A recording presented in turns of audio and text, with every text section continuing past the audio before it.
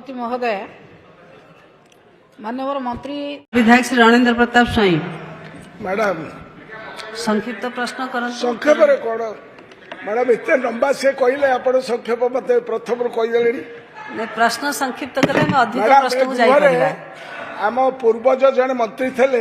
सी हेले कालंदी भाई कालंदी चरण बेहरा जी से डिपार्टमेंट दायित्व थे से गोटे डायलॉग दौले हिसाब किताब ठीक अच्छे छेले डूबचे क्या ये एत हिसाब किताब देले मत राज्यर चित्रटा देवे कि कारण unified district information system for education plus तार सारा राज्यर डाटा आपण पाखे अच्छी तेणुक 2024 और 25 मोट केते शिक्षा वर्ष रे मोट केते छात्र छात्री नाम लिखाई थे ओडिशा रे ता डाटा अच्छी एवं वर्तमान 25-26 रे केते लिखेले कटक जिलार मैडम आपको खाली कहि आम 2810 स्कूल अच्छी एवं सेठी चलित वर्ष आम 32,000 छात्र छात्री कमी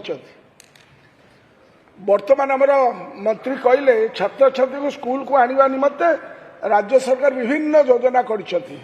तेणुक मु कहली हिसाब किताब ठीक अच्छे छेले डूबचे केन तेणुक राज्यर पिक्चरटा आमको दिंतु एवं नामलेखा वर्ष को वर्ष कहीं ह्रास पाऊँच तार कार्यक्रमटा कौन औषधटा कौन रोगटा कौन रोगटा है प्राइवेटाइजेशन जो रैंडम प्राइवेटाइजेशन चलला एवं आमर शिक्षक मान जो ट्रेनिंग देले नहीं केते जन शिक्षक को ट्रेनिंग देइछथि खाली कोठा बाड़ी तैयारी करिछु आमे एमति देइछु खाइया पे देलु पीवा पे देलु ओनगा जिंस देलु किंतु टीचर मानकर क्वालिटी एजुकेशन पाई तमे कोन करछ तार विषय उल्लेख करिवो कि माननीय मंत्री मान्यवर वरिष्ठ विधायक पूर्वतन मंत्री श्री राजा स्वाई जो प्रश्न करिसंती निश्चय आमे मैडम वर्तमान ओडिशा रे आमर देशर यशस्वी प्रधानमंत्री नरेंद्र मोदी जी देश रे नूतन शिक्षा नीति जातीय शिक्षा नीति 2020 लागू करिछ आमे ताकू भी ओडिशा रे लागू करिछ एवं ओडिशा रे जातीय शिक्षा नीति लागू हबो ता पूर्वरु आमे आमर शिक्षक मानकु केमती आमे तालीम देबा ता पाई भी आम सरकार रे व्यवस्था होची वर्तमान तालीम देबा व्यवस्था चालू रही आमर सबु जिल्ला रे प्राय आमर जेमेति कि आमर राज्य रे किछि जागा जो निया हेछि से जागा मानकरे ट्रेनिंग देबा पाई व्यवस्था होची ट्रेनिंग कार्यक्रम चालू रही ट्रेनिंग पाई भी राज्य बाहर भी जाई आम शिक्षक माने तालीम नहीं सारी माननीय विधायक जो प्रश्न कले जेहेतु ये गोटे बस्ता निर्वाचन मंडली थिला से दृष्टि सबु तथ्य मो पाखे वर्तमान नाही जदि से चाहिए भी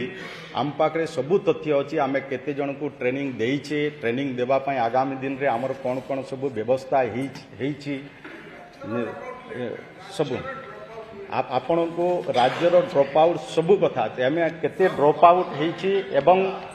केते आमे सेतिरे ड्रॉप आउट छात्र छात्री को पुनर्बार स्कूल को आनिबा पाई व्यवस्था ये व्यवस्था अलग राज्य भी करू नथिले प्रथम होउची ओडिशा राज्य जहाँकि केन्द्ररू भी प्रशंसा मिली जे ओडिशा सफलतार सहित ड्रॉप आउट को सर्वे करिछि एवं केवल सर्वे करी नाही सर्वे कला परे आमर शिक्षक शिक्षयित्री माने मु भी निजे भी सामिल थी शिक्षक शिक्षयित्री माने जाऊँच जो माने ड्रॉप आउट होती पारेंट सहित आलोचना करुँच एवं से पिला को पुनर्बार आनिकिना स्कूल रे एडमिशन कराउछंती एमिति किछि कार्यक्रम रे केते पिला पुणी थरे स्कूल को आसले एडमिशन हेले से एडमिशन समय रे मु निजे भी उपस्थित रही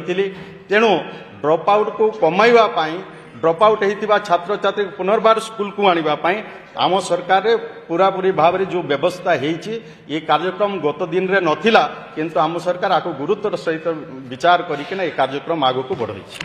माननीय विधायक श्री सिद्धांत महापात्र माननीय बाचस्पति महोदय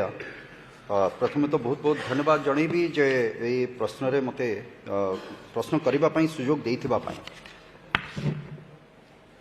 जो कथा गुड़िक अनेक ये प्रसंग तो बहुत संवेदनशील प्रसंग ता सहित अनेक अनुभवी विधायक जहाँ पर प्रश्न उठेइचंती कथा होची कुछ तो लोग कहेंगे लोगों का काम है कहना यह तो प्रथम कथा तेणुक ड्रॉप आउट रेट अपेक्षा किछि एमती उपलब्धि जोटा कि मोर निर्वाचन मंडली मोरी कुकुड़ाखंडी ब्लॉक जो थे आपण भी से जगार सिहला पंचायत आपण आसंती से जगार तो से जगार किछि आंकड़ा मु देवी जे ये 2024 रो कथा नुहे 2025 परर कथा 2025 एप्रिल पर ठारू किछि सेमती आसो स्कूल जिबा